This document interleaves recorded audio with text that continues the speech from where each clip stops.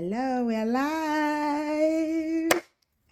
Good afternoon, good evening from here. How are we doing? I'm so pleased to be in your midst. I apologize, I might not be so long in this live broadcast, but today I wanted to share a little story with all of us, a story about our culture, my culture, okay? And there are many cultures we have, and one of them that interests me is the New Yam Festival. Today is day 32. Oh my God, I can't believe it. See how consistency can give you that sense of accomplishment. Today is day 32, 3-2 of my Go Live challenge. The day is day 32 of my Go Live challenge. I'm so pleased. Let me play this music for a minute and let's wait for people to hop in. The emperor, the conqueror, the champion, the lion is here.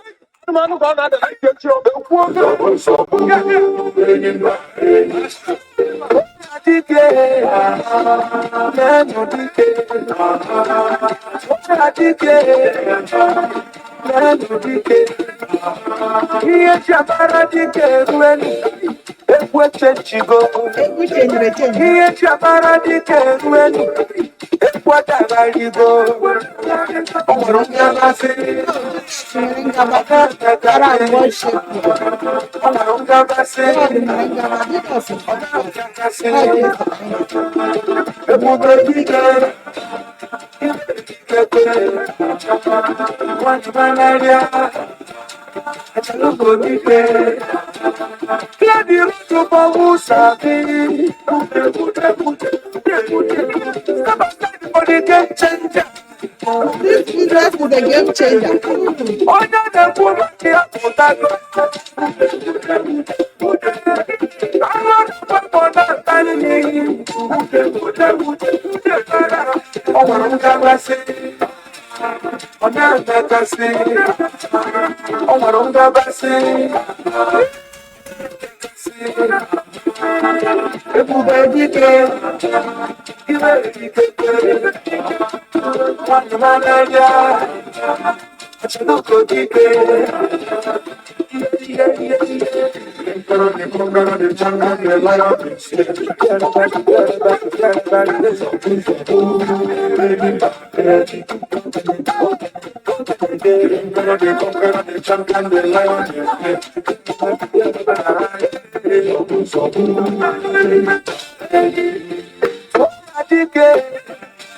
All right, the song by Mr. Flavor.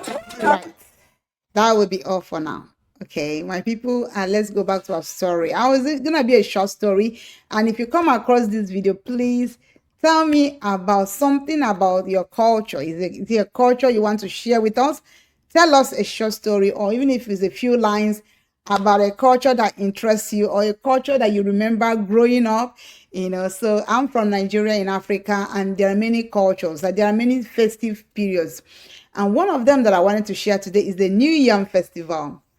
I remember in the 15th of August, that's when we celebrate it.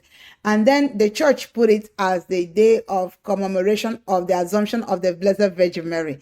So I love it so much because our Mother Mary is so dear to my heart. I always have devotion to her. And then for the fact that also there's also celebration part of it, they will cook yam. Everybody, like in Nigeria, if you don't have the chance, you usually hire some laborers and have them cultivate your farmlands. And then they do that around March, April, and then by September they will harvest the yams, and then we'll cook those yams. So it was like a fresh yam, freshly harvested yams, right? So we cook those yams, and people that are your children or your friends and all of that are outside the country or whatever, even outside the community, they traveled, they all come home during that time. Okay, and so they will all go to different people's homes that they know, and then what happens is that they will go from one house to the other, and each of those homes have already cooked and prepared the yam. There are many ways of preparing that yam. You can make it as a porridge yam, you can make that yam like a hot pepper soup. It's always good with dry fish. Oh my God, I love that's my best. And put like this scent leaf, to garnish it. So there are many ways they prepare the yam, and the beauty is that we are preparing the first fruit of the land, which is that our yam. And most times people get titles based on the yam, that the level of the amount of the yam they were able to cultivate. And some people, they call them Ezeji, which means the king of yams. So people take that title because if you go to the back of their house, they have barns where they, hold those yams, and that amount of yam they have been able to harvest. So that's a beautiful culture. It's an opportunity for people to come together, people we have not seen for years. They gather once again, you see them, you interact again with them, reconnect with people, and holding their culture. And then in the evening they will now go to the marketplace. Everybody will gather, people will now do some traditional cultural shows, dance.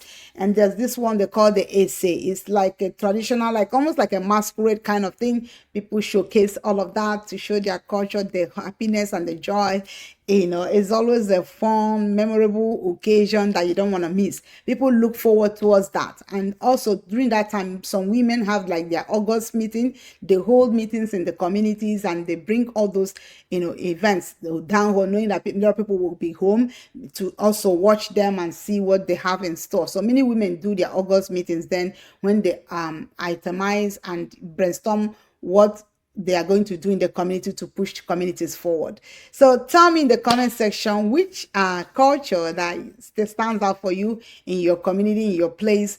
What is it that you would do differently that makes you unique as an Asian, a Caucasian, and an African American, as a Nigerian, as an African, as no matter where you're from? I would like to read all of those beautiful comments. Thank you so much, and may the Lord bless you all, and let His face shine upon you.